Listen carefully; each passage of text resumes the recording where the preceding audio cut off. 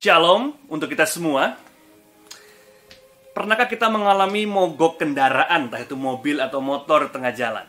Kadang-kadang sebel gitu ya, harus pergi ke sebuah tempat tapi kemudian kendaraan kita mogok. Nah, kendaraan mogok nggak selalu identik dengan mesin yang tua. Bahwa mesin yang tua itu selalu jalannya ndut-ndutan atau tersendat-sendat, sebenarnya membutuhkan banyak tenaga untuk bisa membuatnya jalan kembali. Tapi sebetulnya mogok atau tidak itu bergantung pada pemeliharaan. Seberapa sering kita melihat dan mengecek olinya, karburatornya, akinya, dan sebagainya. Seberapa sering semua itu dilakukan pemeliharaannya. Apakah kita lakukan secara rutin atau tidak. Sehingga mungkin saja, sangat mungkin bahkan, mobil muda, mobil yang umurnya lebih muda, bisa lebih sering mogok kalau pemeliharaannya tidak dilakukan dengan sebaik mungkin. Dan sebaliknya, bisa saja mobil yang lebih tua atau motor lebih tua jalan lebih halus dan baik ketika memang pemeliharaan dilakukan juga dengan sebaik mungkin.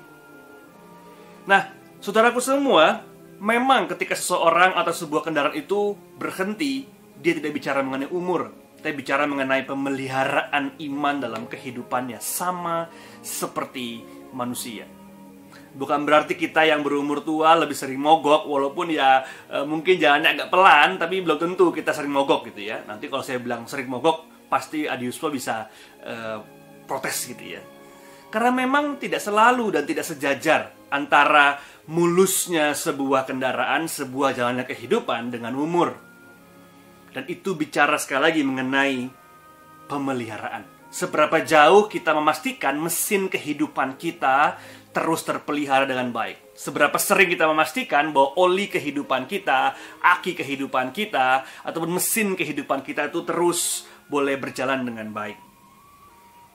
Bukan berarti ketika hidup kita buruk, mobil kita buruk, kita beli yang baru. Ya, nggak harus demikian, walaupun kita punya dananya gitu ya. Tidak harus demikian. Tapi bicara mengenai seberapa jauh kita melakukan, memeriksa, dan memelihara hidup kita ini. Di tengah pandemi ini, mesin hidup juga perlu terus dipelihara. Iman kita juga terus harus dipelihara agar kita nggak mogok di tengah jalan. Kita nggak berhenti di tengah jalan. Sehingga dengan demikian menguatkan diri akan pandemi yang sedang berlangsung ini sangat penting, krusial, agar mesin kehidupan, mesin tubuh ini terus bergerak kembali. Dan apa yang musuhnya kita adalah ketakutan seringkali. Ketakutan akan kehidupan saat ini. Ketakutan akan ketidakpastian. Ketakutan akan perubahan kehidupan. Ketakutan akan tantangan di depan yang sedang menanti kita bersama-sama. Bangsa Israel juga pernah bahkan sering mengalami ketakutan, bahkan kemogokan atau kemunduran dalam kehidupan mereka. Contohnya Keluaran 14 akan saya bacakan di ayat yang ke-13 sampai ayat yang ke-16. Dan berkatalah Musa kepada bangsa itu, "Janganlah takut, berdirilah tetap dan lihatlah keselamatan dari Tuhan yang diberikannya hari ini kepadamu. Sebab orang Mesir yang kamu lihat hari ini tidak akan kamu lihat lagi untuk selama-lamanya. Tuhan akan berperang untuk kamu dan kamu akan diam saja." Berfirman Tuhan kepada Musa, "Mengapakah engkau berseru-seru demikian kepadaku? Katakanlah kepada orang Israel supaya mereka berangkat. Dan engkau angkatlah tongkatmu dan ulurkanlah tanganmu ke atas laut dan belahlah airnya. Sehingga orang Israel akan berjalan dari tengah-tengah laut di tempat kering." Kisah Musa dan bangsa Israel dan Tuhan ini menunjukkan bahwa manusia seringkali berhenti, mogok karena ketakutan, karena nggak yakin dengan apa yang ditinggalkan, dan belum percaya dengan apa yang sudah disiapkan oleh Tuhan di hadapannya. Kita belum melihat, kita belum merasakan, kita ragu-ragu kemudian. Maju nggak ya gitu ya. Ketika kita gagal membuat tubuh dan jiwa kita percaya, maka pada saat itu kita berhenti, bahkan memutar arah dan kembali ke tempat di mana kita berasal. Atau sebuah kemunduran.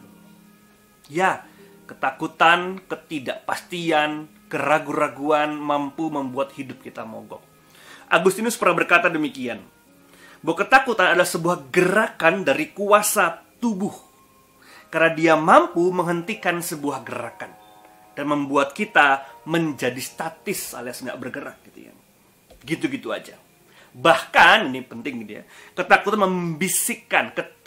membisikkan ke dalam tubuh dan jiwa kita untuk mengelak dari tanggung jawab. Ibarat sebuah mobil, ketika kita dipenuhi oleh ketakutan, kita akan berhenti atau bahkan putar arah. Ibarat kata Agustinus gitu ya. Dia membisikkan, hei udahlah nggak usah, putar balik saja, lari sajalah, bersembunyi saja, dan seterusnya. Kita kemudian nggak lagi mengambil peran sebagai orang-orang yang harus terus melihat ke depan dan bergerak ke depan. Nah saudaraku, pada hari ini, pandemi ini bisa membuat kita mogok. Pandemi ini bisa membuat kita berhenti di tengah jalan. Pandemi ini bisa membuat kita ragu-ragu akan iman kita dan masa depan kita. Tapi Tuhan selalu menunjukkan dirinya, mencari cara, mencari celah, membuat jalan, menginisiasi sebuah cara agar kita bisa terus hidup di tengah-tengah dunia.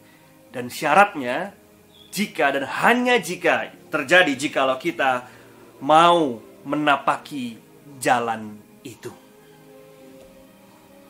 Bahwa Allah membuktikan bahwa Ia adalah Allah yang hadir dalam segala kondisi. Allah yang hadir dalam segala situasi dalam kehidupan kita.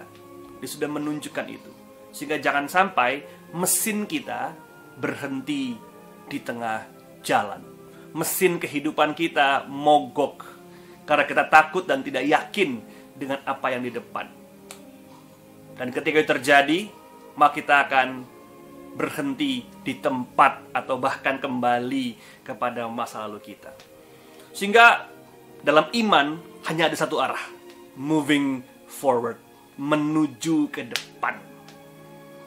Nah, hari-hari ini adalah hari-hari di mana kita perlu, dan gereja perlu berpikir keras, mengambil keputusan yang genting dan penting terkait ibadah. Dan kita diajak semua boleh bersabar, mendukung dalam doa, mendukung dalam pandangan-pandangan, mungkin pendapat-pendapat yang membangun. Sehingga dengan demikian, keputusan yang kritis ini bisa dapat diambil dengan sebaik mungkin, dengan hikmat yang datang dari Tuhan saja.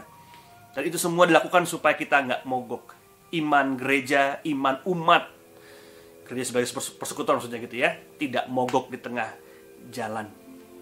Untuk itu hari ini, saudaraku semua, mari kita menatap ke depan. Itu satu-satunya arah di mana kita perlu melihat saat ini. Moving forward, melihat ke depan, bergerak ke arah muka. Selamat berefleksi. Sekarang boleh berdoa secara pribadi, nanti akan tutup dalam sebuah doa bersama-sama. Silahkan.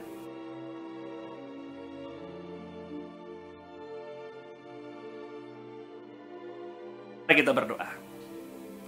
Ya Tuhan, pada hari ini kami senantiasa dipenuhi dengan kebingungan akan arah kehidupan kami. Namun toh sejarah pekerjaan tanganmu dalam bangsa Israel menunjukkan bahwa hanya ada satu jalan, yaitu ke depan. Dan untuk itu hari ini ya Tuhan, kami hendak menatap ke muka, jauh ke depan akan hal-hal baik yang sudah Engkau sediakan untuk kami. Berikanlah kami kekuatan dan bukan ketakutan. Berikanlah kami keberanian dan bukan keraguan-raguan. Berikanlah kami keyakinan dan bukan hati yang dipenuhi dengan rasa khawatir. Namun sebaliknya, tubuh dan jiwa kami dipenuhi dengan karya-Mu yang nyata. Sehingga langkah ini semakin mantap menatap masa depan. Terima kasih ya Tuhan. Amin. Hari ini kita melihat dari kita masing-masing, apakah kita mogok? Kalau mogok belum tentu karena tua mesinnya, tapi karena pemeliharaannya kurang. Mari kita pelihara kembali. Kita lihat kembali, evaluasi kembali, dan pandanglah fajar di depan. Bahwa Tuhan menyediakan hal-hal yang indah. Moving forward. That's the only direction that we have. Tuhan memberkati kita semua. Amin.